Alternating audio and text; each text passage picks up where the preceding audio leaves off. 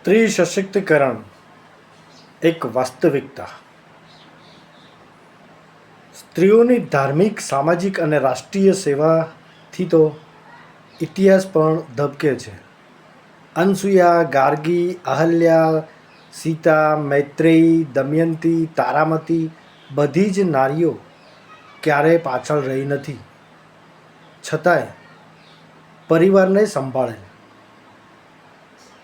સ્વ ઇન્દિરા ગાંધી 15 વર્ષ સુધી ભારતના વડાપ્રધાન પદ પર રહેલા. તમિલનાડુમાં જયલલિતા, બિહારમાં રાબડી દેવી, રાજસ્થાનમાં વસુંધરા રાજે અને દિલ્હીમાં શીલા દીક્ષિત. એક સાથે 5 મહિલા પ્રધાન રહી ચૂકેલ. પ્રતિભા પાટીલ આપણા પ્રથમ મહિલા રાષ્ટ્રપતિ, જે ગૌરવની વાત છે. ચાંદ પર જવામાં સ્ત્રીઓ પાછળ નથી. કલ્પના ચાવલા કે સુનિતા વિલિયમ્સ સાહસિક આપણા અજાણ્યા છે જ નહીં. સ્ત્રીમાં અમાપ શક્તિ છે. આ શક્તિને વિકસાવી પોતે દરેક ક્ષેત્રમાં આગેકૂચ કરી રહી છે. જેના નામ લખવા જઈએ તો લેખ બની જાય એમ છે. અન્યાય, અત્યાચાર, અજ્ઞાપન, અસમાનતા, અપમાન, સઘળી જંજીરો તોડી નાખી છે. કવિએ બહુ સરસ વાત કરી છે. નારીના હોય તો પછી સંસાર હોય ના, જગતમાં લાગણી, હેત અને પ્યાર હોય ના.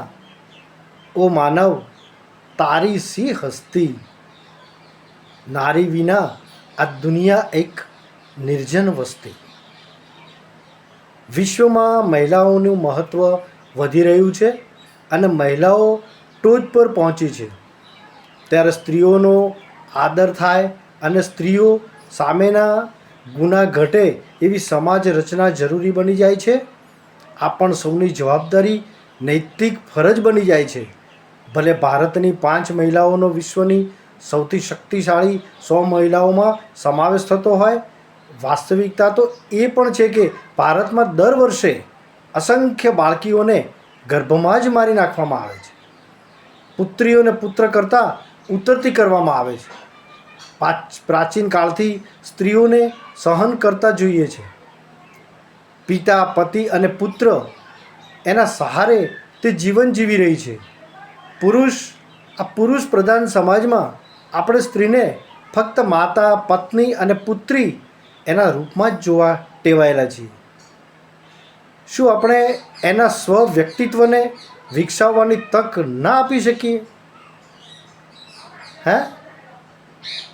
આજે 21મી સદીમાં તો સ્ત્રીને સમાજમાં એક સ્વતંત્ર વ્યક્તિ તરીકે સ્થાન મળે એ મહત્ત્વનું છે. આ બાબતે વિચારવું જોઈએ.